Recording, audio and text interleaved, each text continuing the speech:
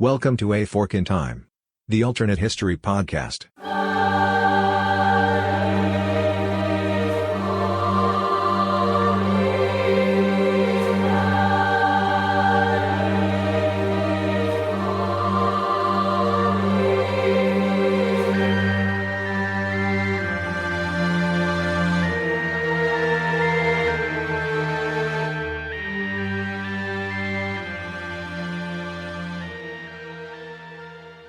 Welcome, one and all, to another installment of everybody's favorite alternate history podcast, A Fork in Time. The voice that you are currently hearing speak is one Evan Buck. As such, I do need to give my obligatory introduction. Hey guys, how's it going? It's your boy Evan. Joining me today on the panel, in no particular order, is Dylan Holzmer. Hello, everyone. And everybody's favorite Russian Revolution historian himself, Chris Coppola. Hi, good people. All right, now that it's officially an episode, and I have already kind of spoiled already what the topic is going to be, if you in fact just did not read the title or the description at all, we are going to be talking about a potential different outcome for the Russian Revolution, but more specifically, events surrounding just one of the several assassination attempts against Lenin, Vladimir Lenin.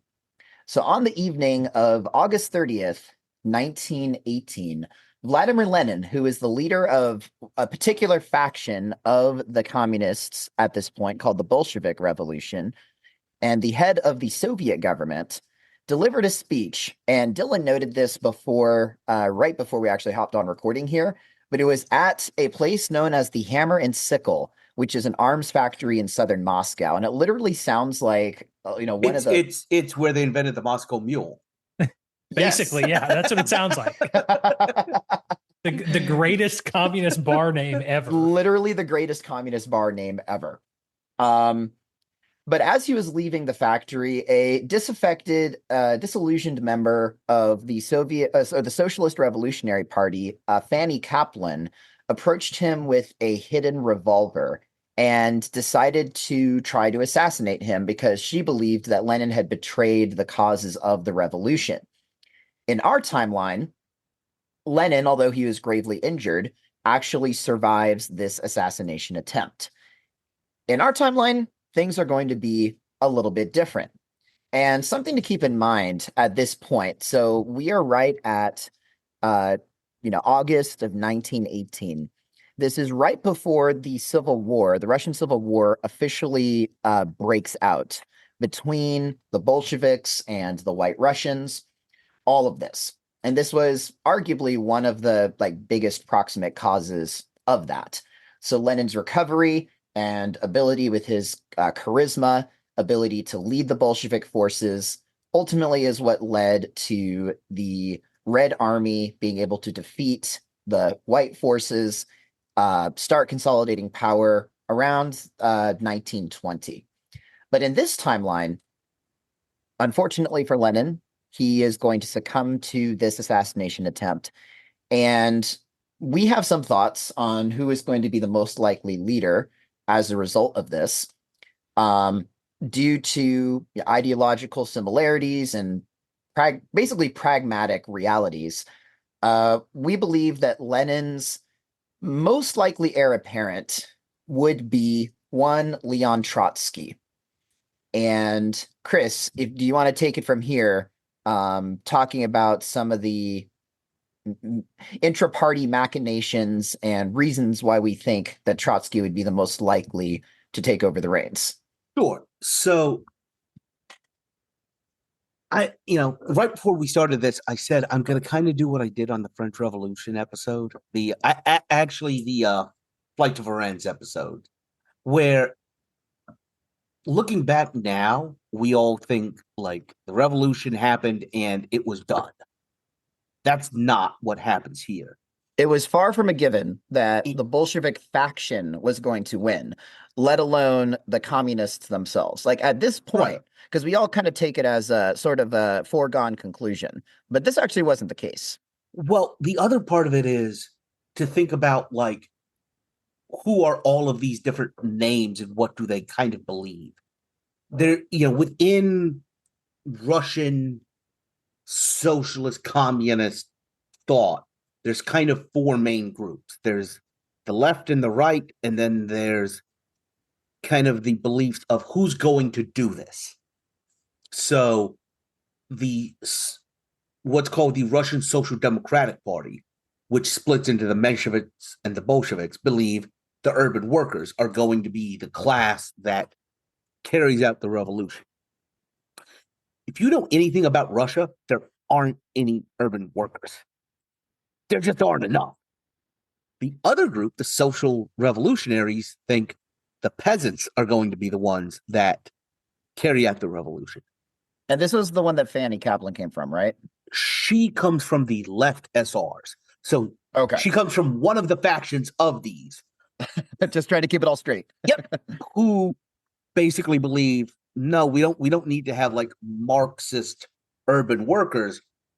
We can have the peasants do this. The other divide is between how is this going to happen?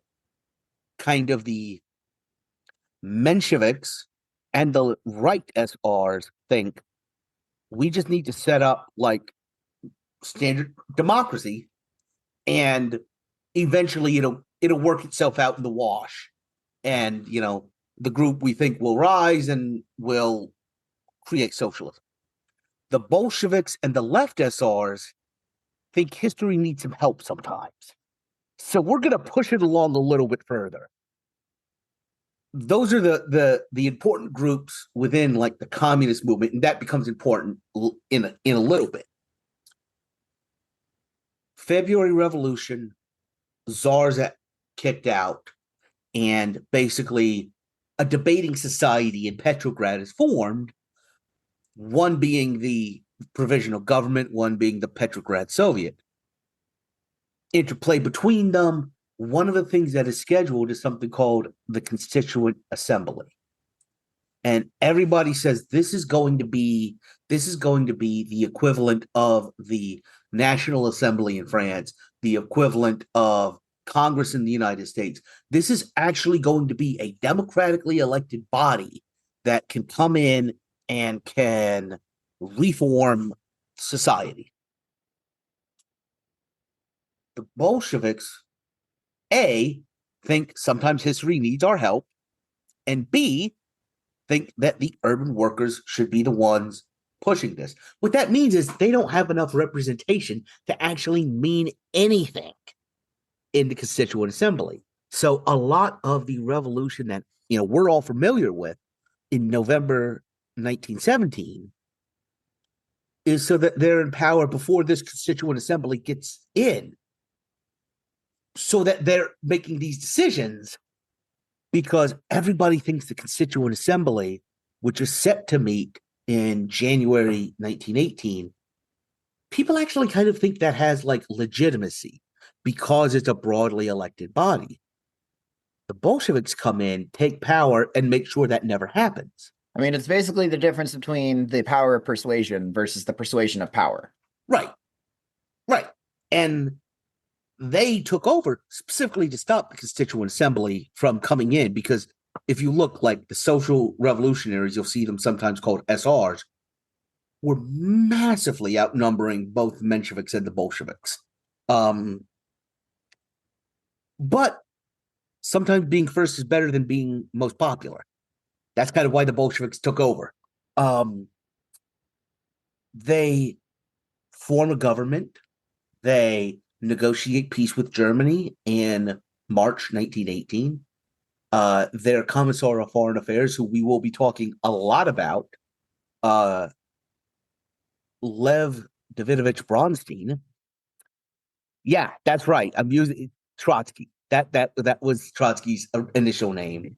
I just had a flashback to the Big Lebowski scene where Walter is talking about Vladimir Ilyich Ulyanov.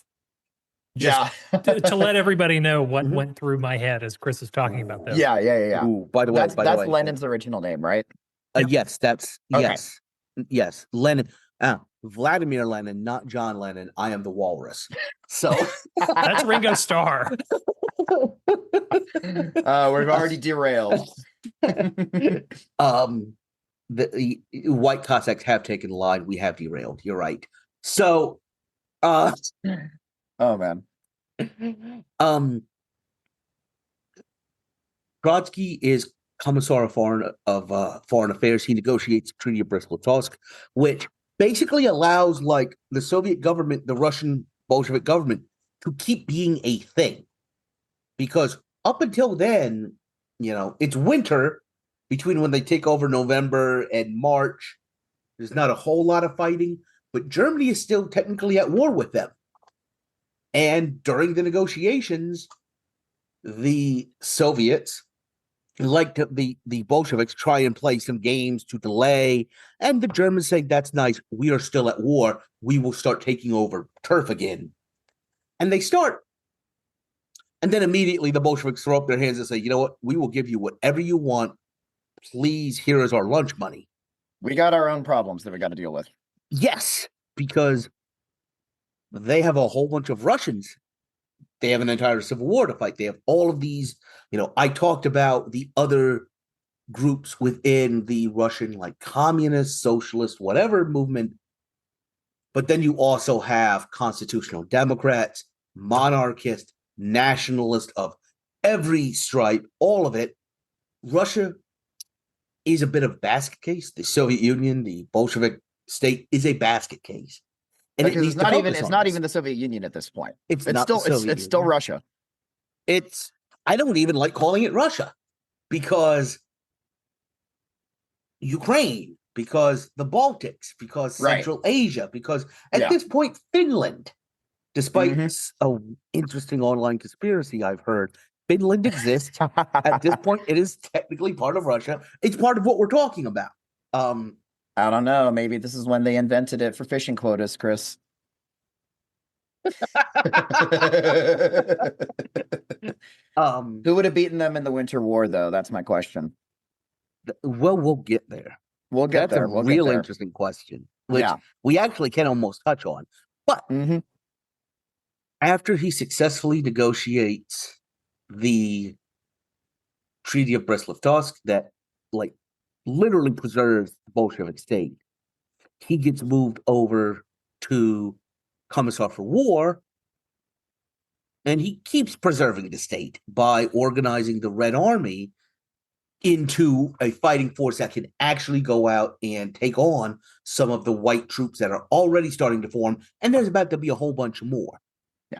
And keep in mind, as we discussed in the pre-podcast, Trotsky basically gets moved from Foreign Affairs to the Red Army because there ain't any more treaties that the Soviets want to write at the moment. They got to start turning it inward and organizing their forces before the whites eat their lunch. That they gave part of to the Germans. So Trotsky gets moved over to war. He starts organizing an actual army. At this point, the SRs are pretty angry at having been basically cut out of power. And in July 1918, the left SRs, who are the only ones left because they were kind of aligned with the Bolsheviks, because again, they both believe we could move history forward ourselves and start a revolution. It'll take on later, but we can actually push things forward. They actually started a revolt in Moscow in July 1918 against this Bolshevization of the government, this pushing out of the Constituent Assembly. They're cracked down on. Their National Party meeting is attacked, invaded. They're all arrested. One of the people that escapes is Fanny Kaplan. And that sets up Dylan talking about the assassination. But the reason we broke all this down is, one, understand where the Bolsheviks are right now. And two, why are their allies now shooting at their head? Yeah, exactly. And Fanny Kaplan is kind of interesting. I'm going to analogize her to a kid that I went to college with who's a friend of mine who is colloquially known as the Biscuit Bomber, because he was once caught by the county sheriffs in his garage for playing with gunpowder and literally blowing up a Pillsbury can of biscuits. that's basically Fanny Kaplan to a revolutionary degree. She once got arrested when she was 16, still in high school age, because a bomb that she was creating to kill the local provincial governor exploded. And I think her boyfriend died. So she is hardcore revolutionary to a T. She's in the left SRs. So August 30th of 1918, she's hearing Lenin speak at the Hammer and Sickle.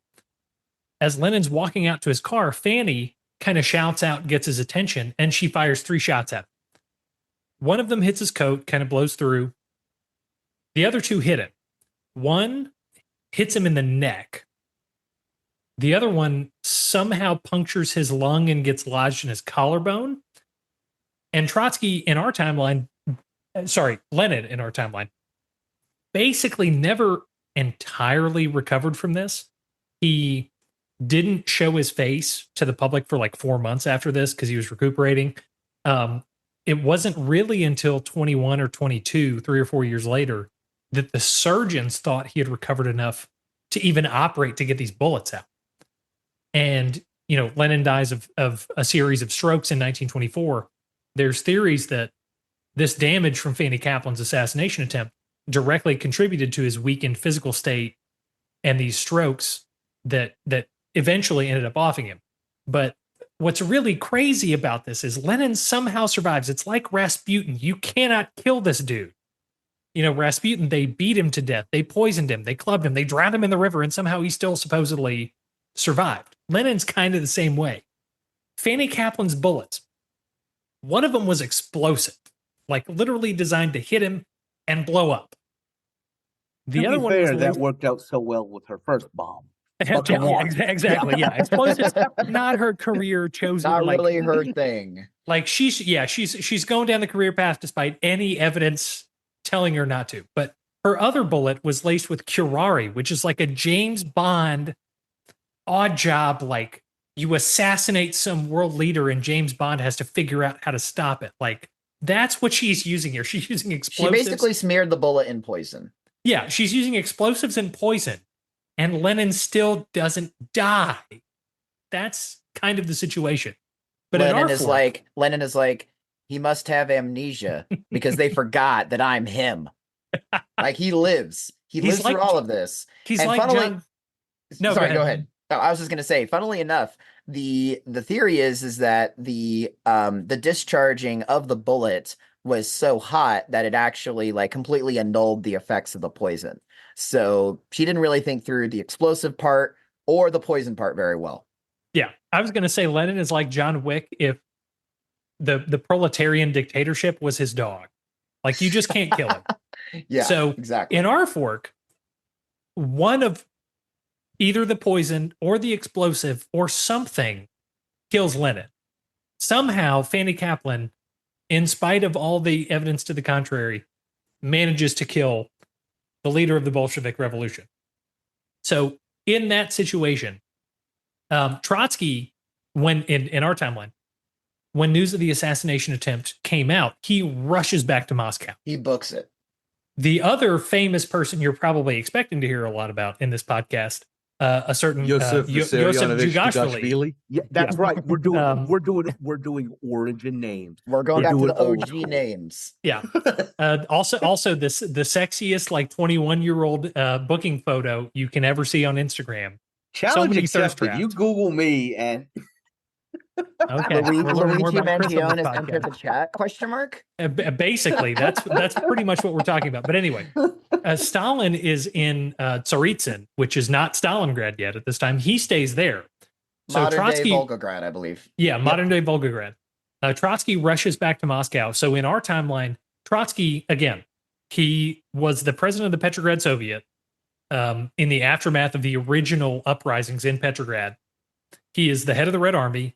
He's been the head of foreign affairs. He is in Moscow when Lenin kicks the bucket.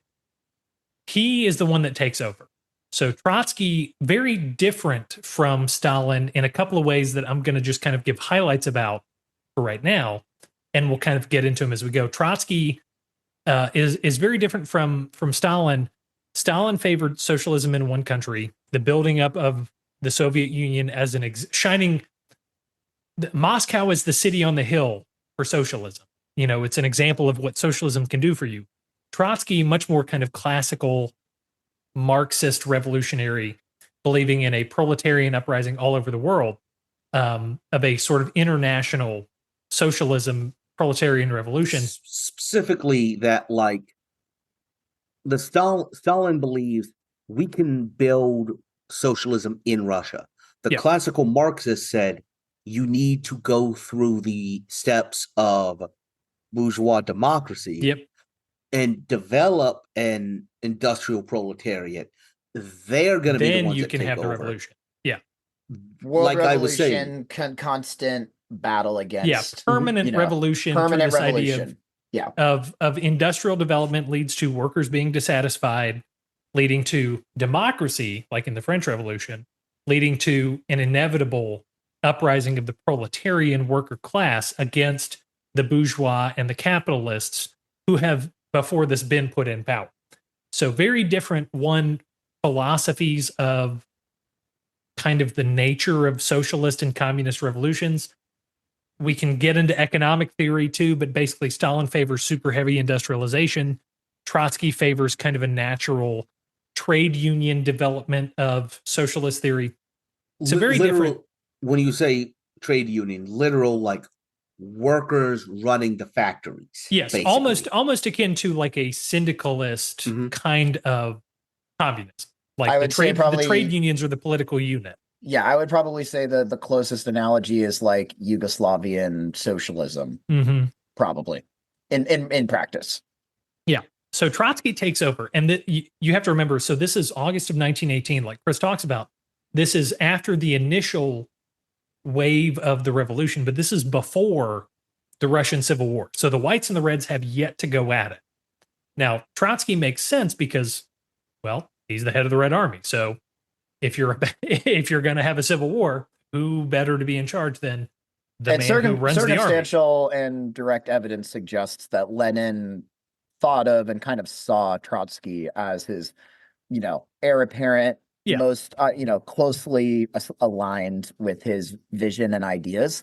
It was kind of well known that, Lenin and Trotsky, that side versus the more Stalinistic side. Like Stalin wasn't, he was busy fighting battles and stuff. So he wasn't really like the main, head honcho that we knew he ended up becoming because of his maneuvering in our timeline. None of that happened yet at this point. And Stalin is still. So yeah, you can go ahead, Dylan. Yeah. Stalin is kind of the Bismarckian realpolitik side of communism, where he's going to make the deal work to achieve, the ends justify the means. Trotsky is one of the main kind of theoretical leaders of sort of Bolshevik communism. He's been a journalist. He's a statistician. This is a man who is basically a nerd who happens to be good at military planning. Trotsky is he's kind of this weird combination of the old guard and also this upstart from Ukraine. He's born Jewish. He originally sort of shows up first as a Menshevik who switches to Bolshevism right as kind of the grass gets greener on the other side. And he basically upjumps Zinoviev, who is Lenin's kind of early number two, and becomes the new golden child, sort of right at the right time where when this assassination happens, he is now the man in charge. And the reason I don't say this for anything now, but this is setting up stuff we'll get into later. But initially, Trotsky becomes the head honcho. He's in charge of the Red Army. The Russian Civil War breaks out. Pretty much plays out, I think we've kind of agreed how it plays out in our timeline. The Reds win. The Whites go on the back foot. The real question is, in the aftermath of this assassination attempt in our timeline, this is what instigates the Red Terror, which there's some debatable historical justifications of, it was actually the whites who started this in Finland and some other places, and the Red Terror was just a response to it, yada, yada, yada. And the debates are not whether Finland actually existed for that to happen in. Yeah, everyone knows truly the Red and the White Terrors both started in Wyoming, but that's neither here nor there. But either way, this is one of those things that instigates kind of the Red Terror of our timeline, where up to, the crazy inflated estimates go up to like 3 million people are killed in the Red Terror. Probably the most accurate upper high end is maybe, direct casualties of 500,000 plus ancillaries up to like 1.25 million. But either way, this instigates kind of the first bloody part of the Russian Civil War and the communist sort of purging It's of a society. lot like the stuff that happened after the Flight to Varennes. Exactly. Yeah. This is the National Assembly or the Constituent Assembly turning into the Committee of Public Safety. This is when it becomes clear we're playing for keeps. Yeah. Mm-hmm. So Trotsky probably comes out on the other side of this. I don't, the Red Terror probably is less a direct attack on enemies of Lenin and more just enemies. Yeah, I think it's just it's a more targeted purging of folks who are seen as ideologically opposed to the founding ideals of the revolution. In our timeline, it was very much it was like a strong reaction because Lenin was almost assassinated, and so it was much more focused on, okay, we got to take out the guys that are in his way. But now I think with Trotsky taking over and just really wanting to make sure from his nerdological point of view, all right, let me just make sure I do what I need to do to consolidate power and take control of things fully. I'm wearing the pants in this relationship kind of thing. So, and what's interesting in our timeline, because we mentioned, Zinoviev, and he ends up teaming up in our timeline with Kamenev. Initially, they teamed up with Stalin, and kicked out. That's what led to Trotsky in our timeline actually, getting kicked out. But then, when Stalin turns against them, Kamenev and Zinoviev actually align with Trotsky in the united opposition against Stalin, which I think is really interesting. But be that as it may, none of that's happened yet in this timeline that we're creating. And so we have Trotsky, calling the shots.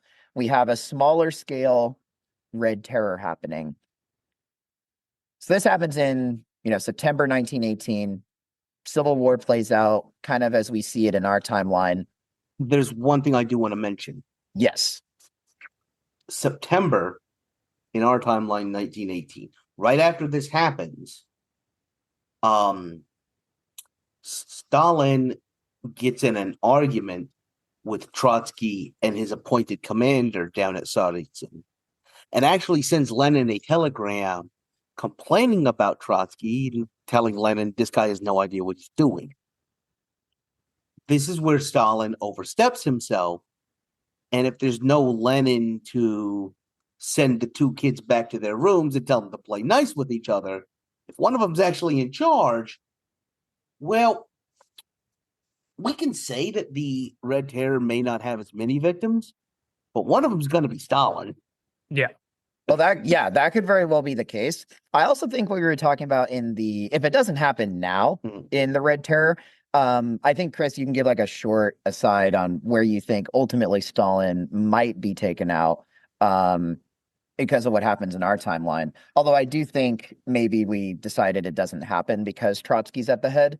But why don't you explain that? So I was actually talking about, we actually did another episode on the Battle at the Vistula a couple of years ago about basically Stalin doing this exact same thing of, I am a political commissar.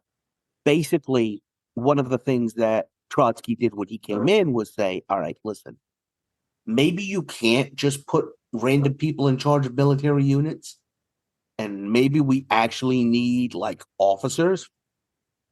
But what he did is to make sure, because so many officers were kind of monarchist loyal to the whites, what he instituted was a policy of commissars, which means there is at every level, there is a military officer and there is a political officer appointed to watch over this person, to make sure that they're not going to lead everybody into switching sides. Stalin, this is what Stalin does during the war. And basically later on, and he also does it, like I was just saying, in September 1918, he only tells his officer to follow the orders that Stalin wants to. And that leads to a really big problem in the Russo-Polish War, which we can talk about later.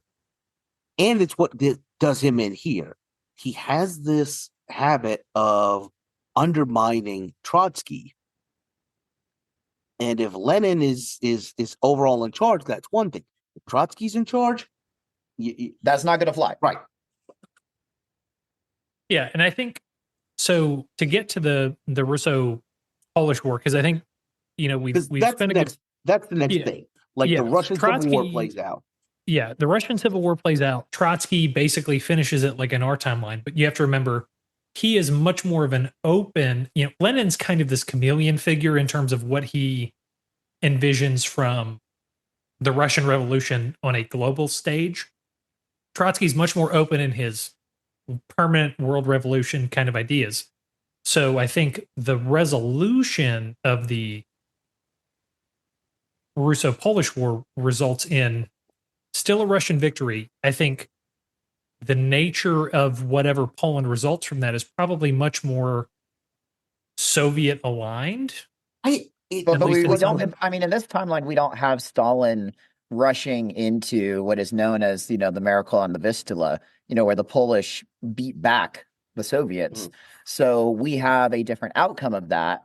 We have the Russians winning, and so I think what that means is instead of the Polish kind of in our timeline, being like more independent and being split between Germany and Russia, we just got Russia gobbling it all up, and it becomes the Polish SSR.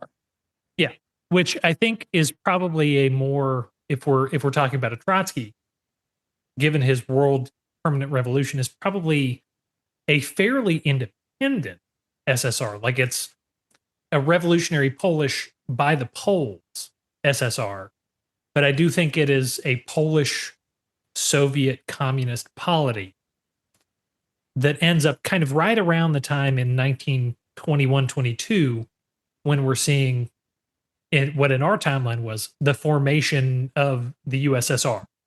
Which in our timeline, Stalin basically takes the USSR and turns it into this monolithic Russia. It's literally just a stand-in for Russia with some vestigial parts attached to it. Yeah, and I think there's a more. No, go ahead.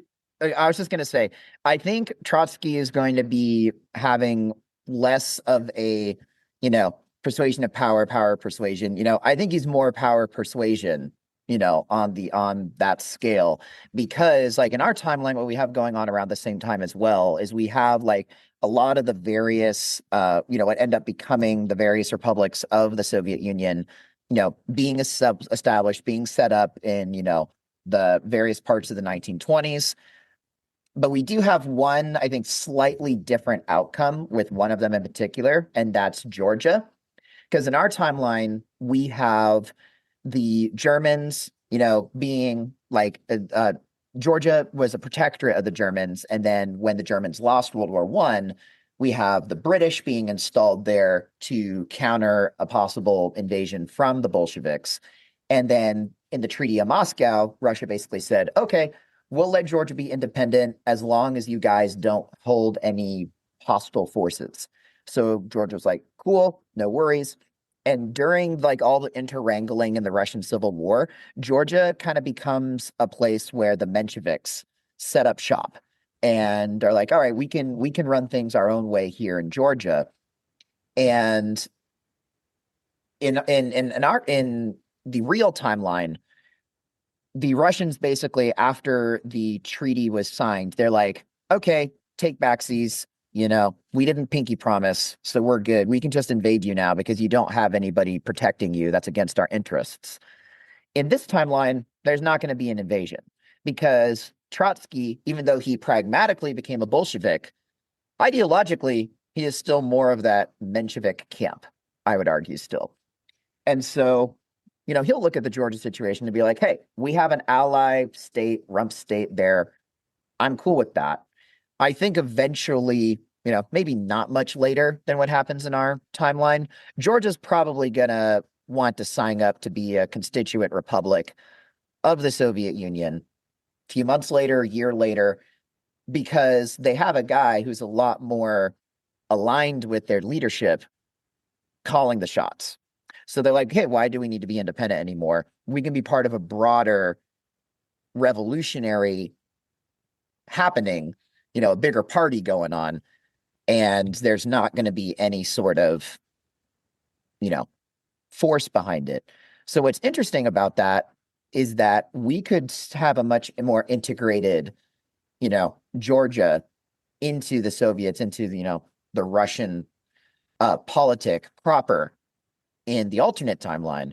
So this is kind of jumping way ahead of myself here, but like down the line with what happens with the breakup of the Soviet Union, I honestly question if because if Georgia might be that tied to the Soviets, they might actually still be a part of Russia today.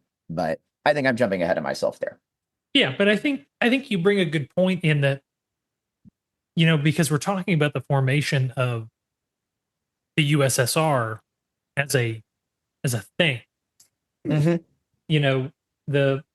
An independent Georgia kind of gives an example of a more closely aligned but still independent Georgia gives an example of what under Trotsky a USSR probably would be. It'd be more akin to like a later Warsaw Pact, European or Union. like a European Union of communist states that are still kind of beholden to a sort of central committee in the sense of like it's a UN Security Council or a European Union Congress, but each state is recognized as being able to do their own affairs, kind of almost akin to US states as laboratories of democracy, their own internal affairs. I think exactly. Like yes, foreign affairs and I think foreign affairs they're still represented by. Yeah. So much akin to US states, like laboratories of democracy. The states of the USSR are considered sort of laboratories of socialism. I think it becomes the Commonwealth. It becomes the Commonwealth of interdependent states. It's not the Commonwealth of independent states because they're not independent countries, but it's the interdependent states. Yeah. But I think, that sets up this kind of more akin to a Trotskyist USSR that's more focused on not top-down, bureaucratic, very Stalinist style directive from the top. It's more collaborationist, not democratic, but more democratic, collaborationist, experimenting with different versions of socialism, different economic theories. That's what the USSR is seen like. It's more akin to a socialist version of the United States than what becomes, especially in World War II and after, a sort of totalitarian communist version of fascist Germany and Italy in our time, where it's just top-down, totalitarian, authoritarian. But that then kind of begs the question. So we're finishing up in, the Russo-Polish War, 1922-ish. The USSR gets formed. As we talked about before the podcast, 1923 is a very important year for some post-World War I developments. And we all know what happens. Go ahead. Yeah, I was going to say, and not just because a certain infamous mustache man finally goes to prison after doing some craziness in Bavaria. Well, we know what happens in previous episodes. We know what happens when we give the Germans and the Soviets a land border. Mm-hmm. Yeah. I'll just give you a preview of coming attractions right now. Yeah, Chris, I think you have some ideas about what else is happening in 1923 that could be popping off right now. Yeah, this was a deep cut, and I feel like I don't open emails from Dylan primarily because I think he's trying to put spyware on my computer. Because when we have these talks beforehand, he can see me when I'm about to drop one of these left field things that is gonna make some sense. And I think he wants to know before I do it. But here's what we're talking about. The Ruhr occupation. So in our timeline, in 1923, if I said the Bolshevik state was a basket case, Well, at least they exported that much to the Weimar Republic. It basically cannot pay the reparation bill to the West. And not Britain, but France and Belgium invade the Ruhr, go in and take over like part of Germany and say, this is now us. We run this. We are going to impose taxes on this to pay back what you owe us. And the trade unions, and that's a very important thing of what I just said. The trade unions in the Ruhr, in other words, exactly who Trotsky thinks is going to bring about his world revolution in the most industrialized country in the world, the one place, the home of Marx himself, the place that everyone says has to go communist for communism to succeed. The trade unionists in the Ruhr mount a general strike.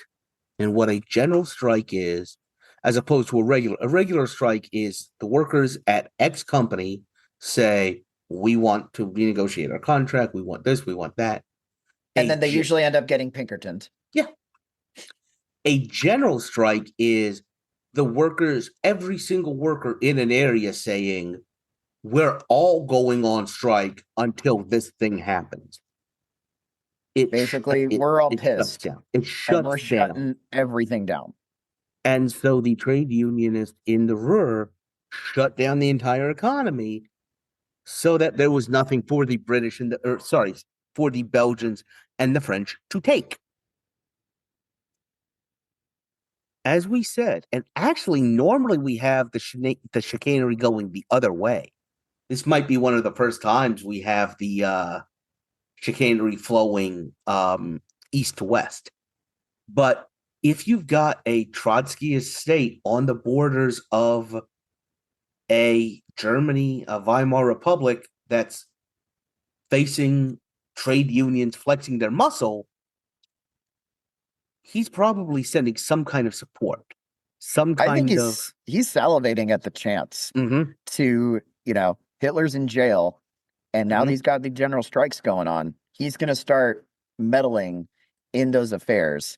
It's the Trotsky two-step, the Trotsky foxtrot.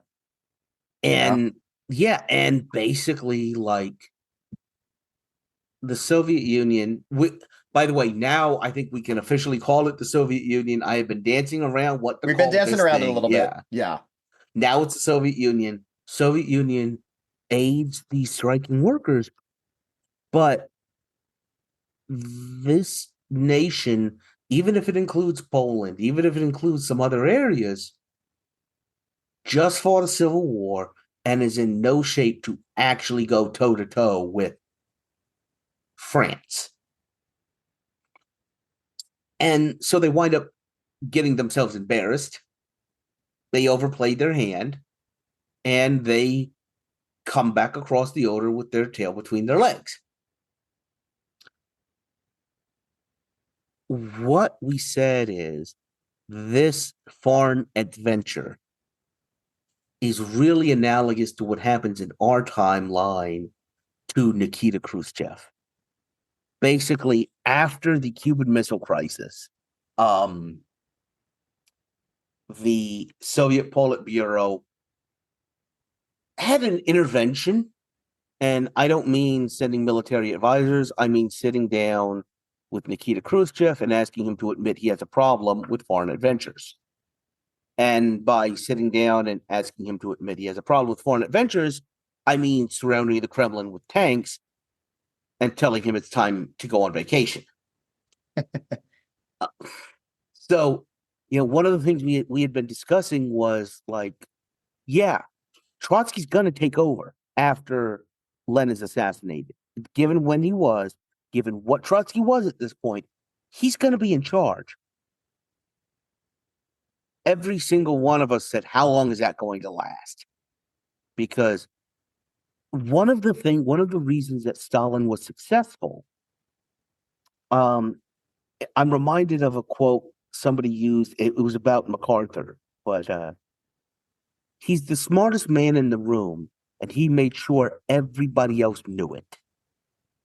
And I think that's kind of a Trotsky, and he may have been the smartest person on the Politburo, but he made sure everybody else knew it, and they all hated him for it. And so one of the things that allowed in our timeline Stalin was you had all of these very competent people who knew they would never be number one around Trotsky, and they all hated Trotsky. They all decided to team up against the one guy who decided to do something about it. And team up with the one guy who team up with that one guy. Yeah. And then he teamed up against all of them one at a time. Mm-hmm. But we were thinking this foreign adventure and an embarrassment of that scale might lead to the Politburo stepping in and asking Comrade Bronstein to step down. Asking, as those memes with Bernie Sanders go, I am asking for your support. And then there's the variant that has Bernie with a gun saying, I am no longer asking. The I am no longer asking variant is what's going to happen here. And we happen to have a candidate in mind for who is going to be doing the asking and who is going to be the one who actually takes over. And when we talked about this, I didn't even know about this person before, our planning for this episode today. But once Chris explained it in the pre-planning, I'm like, oh, wow, that makes a lot of sense. Because this guy's originally from Poland or of Polish origin. And he was the guy who was, basically single-handedly responsible for creating the first secret police organizations in the Soviet Union. And that guy is known as Iron Felix or Felix Dersinski. I might have butchered the pronunciation there. We think he's the one doing the asking for Mr. Trotsky. And in his place, we're going to have someone who is, in our timeline, very much more on the Stalin side of the spectrum, the Stalin, socialism and communism in one country type. And that's Bukharin, Nikolai Bukharin. I personally feel he's the most likely to take over once Trotsky is asked to step down. And we also drew some analogies in the pre-planning to kind of what happened to Mao in China in our timeline. Mao, for a lot of us in the West, we kind of think of Mao as like, the undisputed leader of the communists in China, and it was all a smooth ride and absolutely nothing bad happened to him. It was a bumpy ride. It was a bumpy ride for Comrade Mao, especially at the start, to where he was, for all intents and purposes, told by the central leadership to go work at a factory.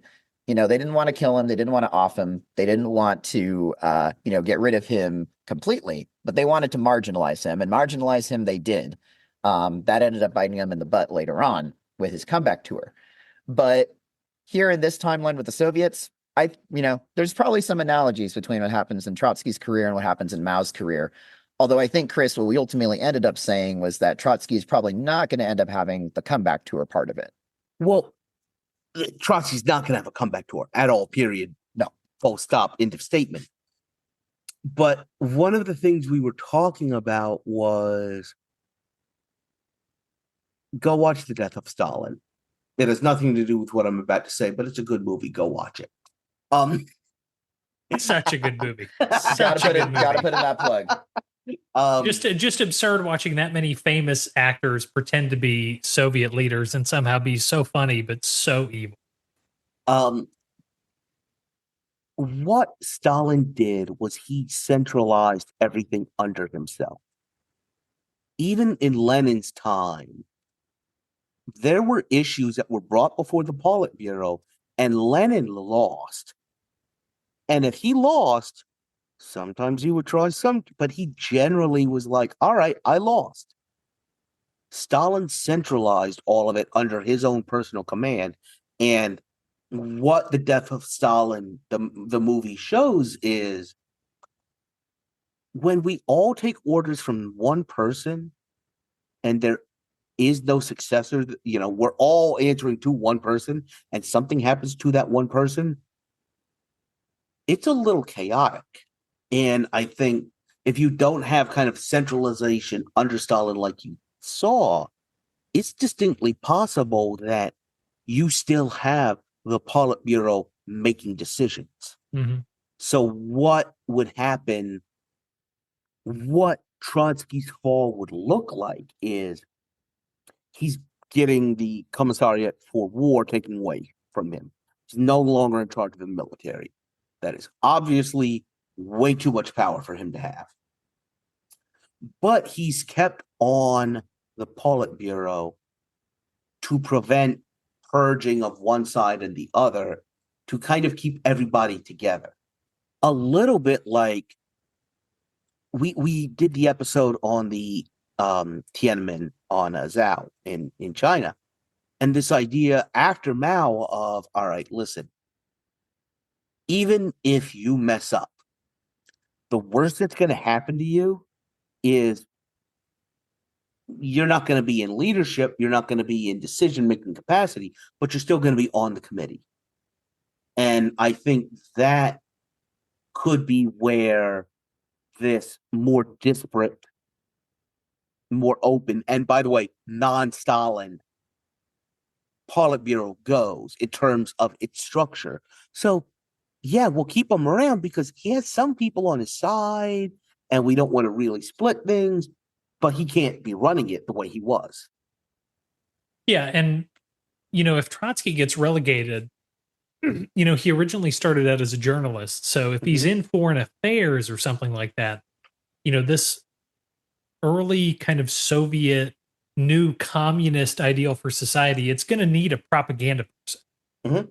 So Trotsky, one, with his sort of world revolutionary background, his experience in the Petrograd Soviet, he makes kind of a natural, almost like a mouthpiece director, like a Joseph Goebbels style propaganda person, as long as he's taking his direction from the Politburo overall. But Bukharin, I think in the immediate aftermath, presents kind of a natural sort of prime figure among equals because, Bukharin's got this weird kind of mix of Stalinist socialism in one country and permanent revolution. Bukharin hated Brest-Litovsk. He was like, nope, we're going to keep fighting. Doesn't matter what you say. We're going to fight. We're going to inspire revolutions the world over. We're going to invade everybody and take it over.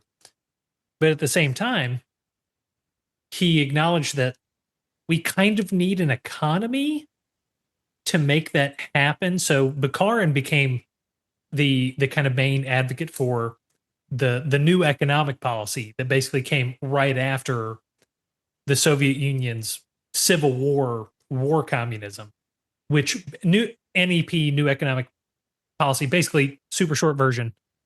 It's almost akin to kind of the semi-state economy of China in the 70s and 80s, where it's kind of a mix of private investment and state nationalization, where the state's going to nationalize some things, but they're going to leave some private industry because they realize that we have no money. We need money. So let's get foreign investors in here who can do some development, some economic stuff. And then the theory is gradually you're going to take this foreign investment, use it to build up your state-owned industries. And then once that happens, kind of like the Menshevik, you need democracy and you need a bourgeois urban labor force to use a proletarian revolution. It's the same kind of thing from the economic side where you need state intervention, but if there's nothing for the state to intervene in, it does nothing. So you need foreign investment to build up a Soviet communist industry that can then be taken over by the state, run through collectivization and things like that. So Bukharin presents kind of an interesting combination of Trotsky's world revolutionary zeal with Stalin's industrial, not urbanization, but kind of transfer from private to collective communist ownership. So I think, if we say that Bukharin from like, what is it? What are we saying? 24-ish that Trotsky gets pushed out to kind of, the early 30s or even the late 30s. If Bukharin's kind of this prime voice among equals, that presents a really interesting, different version of the Soviet Union, because they're taking private investment, but at the same time, they're not, they may be in the League of Nations, they may be recognized diplomatically, but they're not necessarily playing nice more than on the surface with Western democratic powers, because at the end of the day, Bukharin's goal is, we're gonna take all of you down. But here's something before we move forward with this. I just realized I think we were unintentionally brilliant in putting Trotsky in like the propagandist side of things, because Bukharin himself was actually literally the head of Pravda. Like the Soviet newspaper. Yeah, he was the head of Pravda. So I think this just like, I don't know if you guys realized it, but as I was reading up on things, I'm like, oh, wow, this actually makes even more sense now that Bukharin would want to just throw Trotsky there, because he himself was there for a good chunk of time.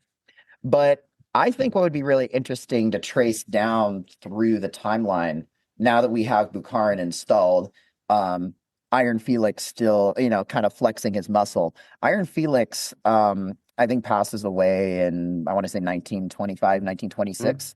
And, we've already established that like the Austrian painter is in jail in 1923.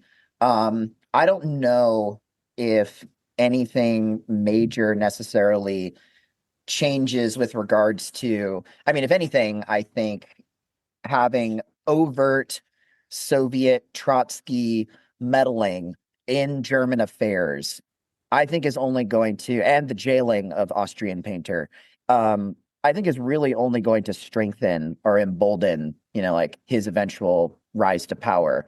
So I don't think that really changes a whole lot in terms of what happens in Germany. What I think this possibly does change, though, is the treaty between the Germans and the Soviets, the German-Soviet boundary of, and friendship treaty in 1939. Because again, we have, and this is what split Poland in our timeline. We don't have a Poland to split anymore. It is all Soviet. So what I think is really interesting then is seeing the result of a Bukharin-led Soviet Union with whatever form of Poland you want to take. And whether it's, under Trotsky, it was more of a independent country or independent SSR. I think under Bukharin, he starts the more, I guess you can call Stalinization more, and like bringing the SSRs much more under central control. And honestly, I think that might cause, some increased tensions with the Germans, because now you have the Polish land border, you have a right-wing fascist regime in Germany. I think very likely this touches off hostilities between the two countries faster than it does in our timeline. Chris is shaking his head. I would love to hear your more in detail elaboration on that, because I'm good for like the 30,000 foot view on these kind of things. I can always count on Chris for giving the particular details and random one-offs on why it works or doesn't work. The first thing I think is you're not going to have Munich play out the way it does before you even get to the August Pact. The Benes regime in Czechoslovakia had formal alliances with France and with the Soviet Union. The only reason that the British and French were able to basically come in and sell out Czechoslovakia is because the Soviet Union did not have a land border with them to provide any support whatsoever. That is no longer true. Yeah, that's a big change. And now, by the way, we're getting close to our hour point. Yeah. So I kind of want to, I'm going to do what I always do, which is say I don't want to open a can of worms and then start. I think it's at least worth discussing if the Austrian painter comes to power. That's what I was thinking. Yeah, actually, let's take a step back there. With the disruption of the Great Depression, like both the far right and the far left in Weimar experienced some setbacks in 1923. Yeah. One of them has a massive foreign power on the other side of the border hoping to get them help. Yeah. Hitler doesn't. So I think what you might even see is an Ernst Thälmann, who was the communist, the KPD, the Communist Party of Germany candidate. I think you might see him coming to power, or a reaction against him. I was going to say, I was thinking about the Reichstag fire, which to this day there's a conspiracy in terms of, was it really a communist or was it a Nazi plant who set the fire? You know, if you have a more world internationalist Soviet Union who's behind kind of, social democrat communist agitation in Germany, on the one hand, the argument for, okay, he set the Reichstag fire is more believable, but also if the Soviets are more involved, they can bring the receipts to say that it's not, if it ever gets to that point. Well, but I don't think we even get to that point. I don't either. Reichstag fire only happens once the Nazis are in power. Yes. Yeah. So and I think if anything, you might see a kind of conservative, almost a monarchic reactionary kind of not uprising, but a takeover of the government, like a Fourth Reich in the literal sense of the word, not in the Nazi sense of the word, where they either bring Wilhelm II or third back, because the Weimar Republic is seen as between these weird Nazi guys down in Bavaria and the communist, Ernst Thälmann types in the early 30s. Everybody goes back to, okay, what were the good old days of the German Empire after the Great Depression? Well, that was when the Kaiser was running things. And whether it's Wilhelm II or Wilhelm III, I think that might be more what you see as kind of a reactionary. I actually really like that, because as you guys were talking, I was kind of thinking that I was trying to think of where the reactionary winds would blow.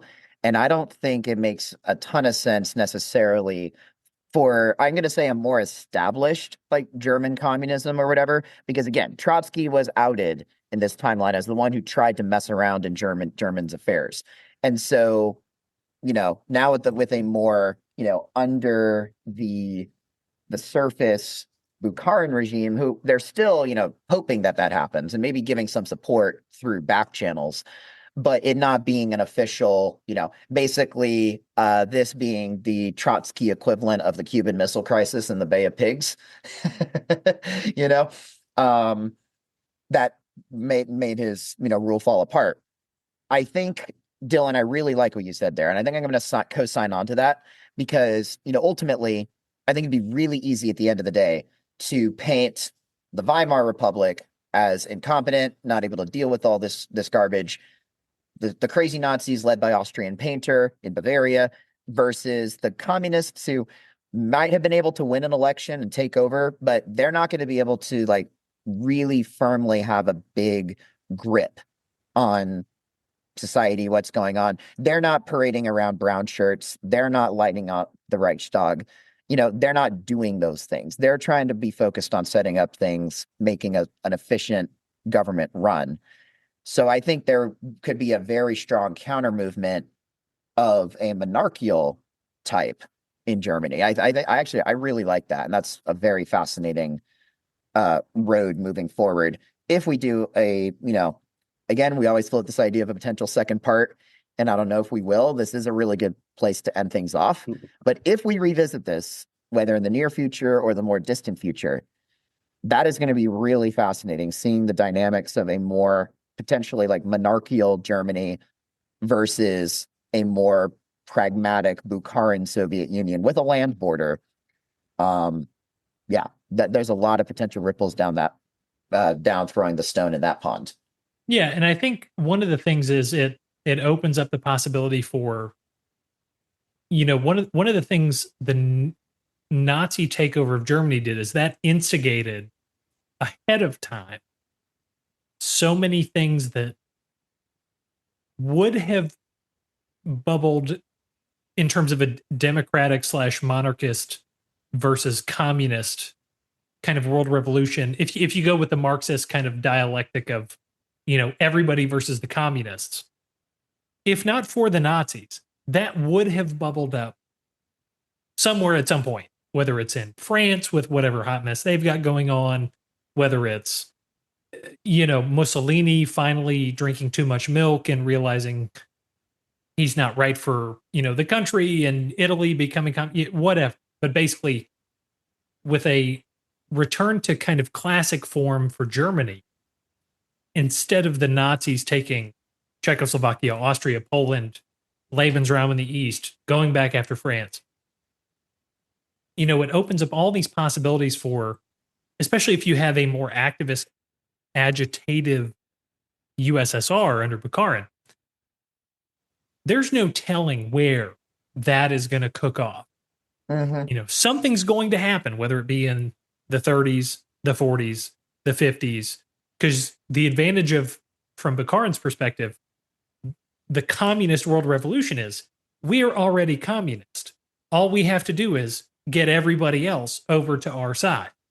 And the beautiful thing about democracies, from someone who's anti-democracy and pro-communist, reactionary, monarchist, whatever, you only have to wait every so-and-so number of years before your next chance to start messing with things. Just look at, kind of Russia and Ukraine and all of that. The advantage and disadvantage of democracy is there are regular elections. So you can, if you're Bukharin, you can schedule your interference plans based on when things are going to happen. Well, and I mean, it's what Stalin himself said. It's not the people who vote that count. It's the people who count the votes. So I think that, without even getting into what in this timeline, Second World War would look like, the possibilities for what would touch it off in terms of where and when and who are just kind of both fascinating and mind-boggling, because there's just no way to predict it in this alternate scenario. Yeah. And I think that's a really good place to end off. And yeah, just really interesting stuff that we cooked up here, guys. Last thing I wanted to mention before we kind of wrap up this episode is I forgot to mention at the beginning of the episode that the inspiration for this comes from two main sources. One from our ever reliable fount of possible alternate forks, Napoleon's Hemorrhoids, which Dylan has been dutifully chronicling for us. It's a book. It's not actual secretions from hemorrhoid. but those are in there. Yes, that is one of the topics that we might one day cover. And the other source is actually independently somebody that I know from Discord, who goes by Lay Artisan currently. He suggested to me this fork of what if Lenin had not been assassinated, and so wanted to give a shout out to him as well. So thank you for the book version of Napoleon's Hemorrhoids and Lay Artisan on Discord for suggesting this for us. So with that out of the way, gentlemen, any other burning issues or questions before we sign off?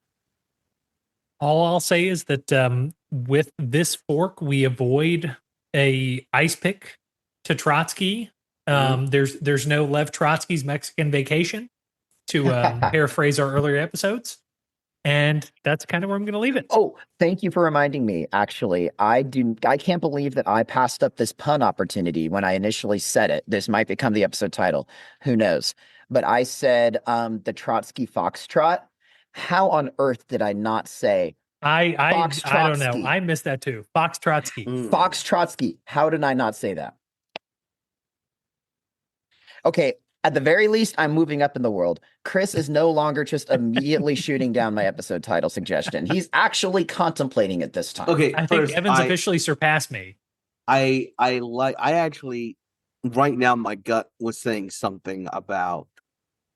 By the way, why are we arguing about the episode title Like at the end of the episode, everyone has already like They've already checked out, probably. You've already seen. No, Hey, everybody, please safely pull over to the side of the road and look at your podcast player because it's literally telling you right now. It's already been decided. Yeah. Through the wormhole, people. I did like the Moscow Mule thing. That is really pretty love good. that. I like that too. But anyway, guys, the guys in the future who already know what this episode has been titled, for your sake, we won't drag this out any longer. So, gentlemen, as we stumble across a fork in the road, a fork in time, what, pray tell, do you believe we should do with that? Take it. Take it. Thanks for listening, guys.